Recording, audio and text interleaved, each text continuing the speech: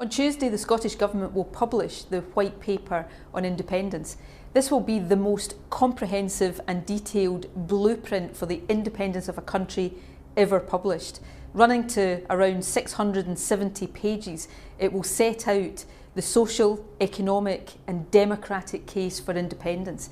It will demonstrate the financial strengths that we have as a country.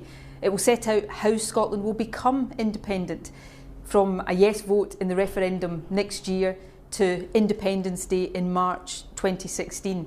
It will illustrate how the current Scottish Government will use the new powers of independence to build a better Scotland, to grow our economy and tackle the inequality that is still such a big problem right across our country.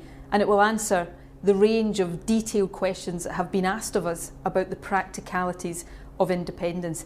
I hope everyone in Scotland will take the opportunity to read the White Paper.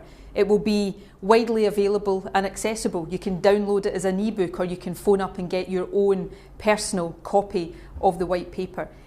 The White Paper will put Scotland's future into Scotland's hands. It will give you the information to make up your mind.